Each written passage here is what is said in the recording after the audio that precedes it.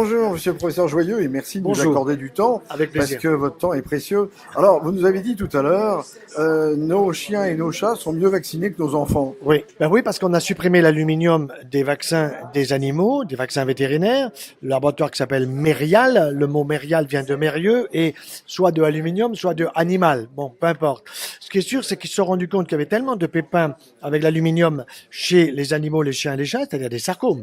Les sarcomes, ce sont des cancers, vous savez, qui sont extrêmement graves, soit à l'endroit de la vaccination, entre les deux épaules quand ils vaccinaient l'animal, soit au niveau des membres, au niveau du thorax, au niveau de l'abdomen, qu'on appelait des fibrosarcomes, des chondrosarcomes, des ostéosarcomes, des sarcomes des wings, dont on ne connaît pas la cause. Et je suspecte personnellement, et je demande à l'État de nous donner des réponses précises, est-ce que les vaccins excessifs ne sont pas en cause, et en particulier l'aluminium, dont on sait que l'aluminium, chez les ouvriers des usines de bauxite dans la Maurienne, donnait ce qu'on appelle des ostéomalasies aluminiques, c'est-à-dire des fragilités, des inflammations au niveau de l'os, tellement enflammées que l'os se cassait alors qu'il n'y avait même pas de traumatisme.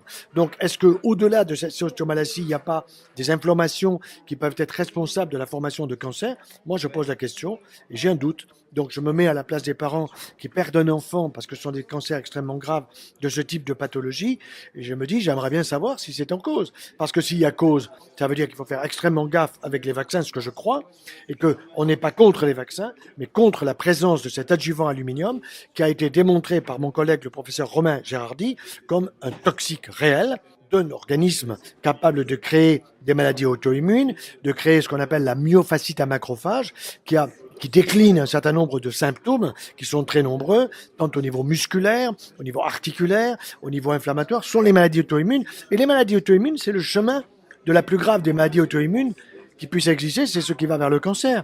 N'oublions pas que le mot sida aussi vient du syndrome d'immunodépression acquisition d'une immunodépression, syndrome maladie, qui est lié à un virus. Alors là, il ne s'agit pas simplement d'un virus du sida, mais il s'agit simplement d'un vaccin qui contient des produits qui sont des produits dont on a démontré qu'ils étaient dangereux. Et le principe de précaution qui appartient à notre Constitution n'est pas utilisé. Donc il faut l'utiliser. Ça veut dire que le médecin doit retrouver sa véritable autonomie de conseiller familial, de prescripteur, en accord. Les familles sont intelligentes. La conscience scientifique augmente dans la société. Il n'y a pas de doute qu'aujourd'hui, des parents sont beaucoup plus compétents au plan scientifique qu'ils n'étaient il y a 10, 20 ans, 30 ans.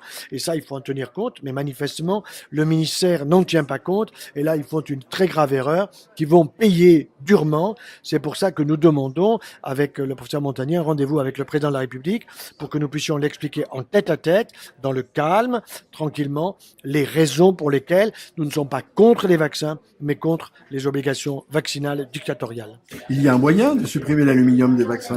Bien sûr, il suffit que cet aluminium soit supprimé, qu'on mette à la place autre chose, mais je rappelle que le vaccin classique diphtérie, tétanos, polio a existé sans aluminium et qu'il n'a jamais fait de mal à personne. Et quand Marisol Touraine a dit qu'il y avait une petite étude qui avait montré qu'il y avait des allergies à ce DTP sans aluminium, c'est un mensonge total. D'ailleurs, petite étude, c'est pas un mensonge, mais ça veut dire que cette étude ne valait rien du tout. On ne dit pas une petite étude. Soit c'est une étude scientifique qui est publiée dans des grands journaux scientifiques, soit c'est bidon. Donc tout ça, c'était bidon, mais l'empire vaccinal est d'une immense pouvoir, et ce pouvoir agit sur l'État, lequel doit retrouver sa véritable liberté, parce que on a parlé aujourd'hui de corruption. Alors c'est pas une corruption, il s'agit pas d'acheter une ministre pour lui mettre de l'argent dans la poche, c'est pas ça, mais c'est une corruption, si vous voulez, générale, qui est liée à une influence extrêmement puissante des laboratoires pharmaceutiques pour que le peuple français soit, au fond, que tout le monde soit vacciné en lui faisant chanter et croire qu'il n'y aura plus de coqueluche, qu'il n'y aura plus de rougeole, qu'il n'y aura plus d'herpès, qu'il n'y aura plus de zona, qu'il n'y aura plus de maladie, qu'il n'y aura plus de cancer, qu'il n'y aura plus de sida. Tout ça, c'est complètement aberrant, alors que ce qu'il faut, c'est aider les gens à connaître les comportements de santé.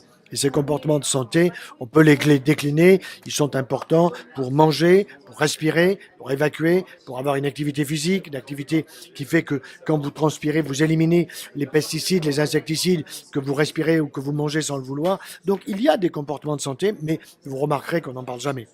Oui, donc vous n'êtes pas finalement contre les vaccins. Pas du tout. Vous êtes contre l'obligation vaccinale. Exactement. Et la multiplication des vaccins groupés. Exactement, groupé avec ce vaccin contre l'hépatite B pour un enfant de 6 semaines. Alors j'ai un collègue qui se cache derrière l'anonymat qui a dit mais non, il faut vacciner les enfants parce qu'à la crèche ils se mordent. Alors vous imaginez, s'ils se mordent à la crèche, comme disait mon épouse, il va falloir les vacciner contre la rage, n'est-ce pas?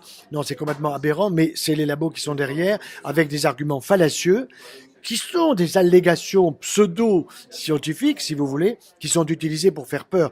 On crée de l'émotion, et à partir de cette émotion, on impose. Et ça, c'était absolument inadmissible. Et avec le professeur Montagnier, nous nous battrons, quoi qu'il arrive, pour que tout cela soit évité. Merci beaucoup, monsieur Avec le grand professeur plaisir. Joyeux, et bonne journée. Merci beaucoup.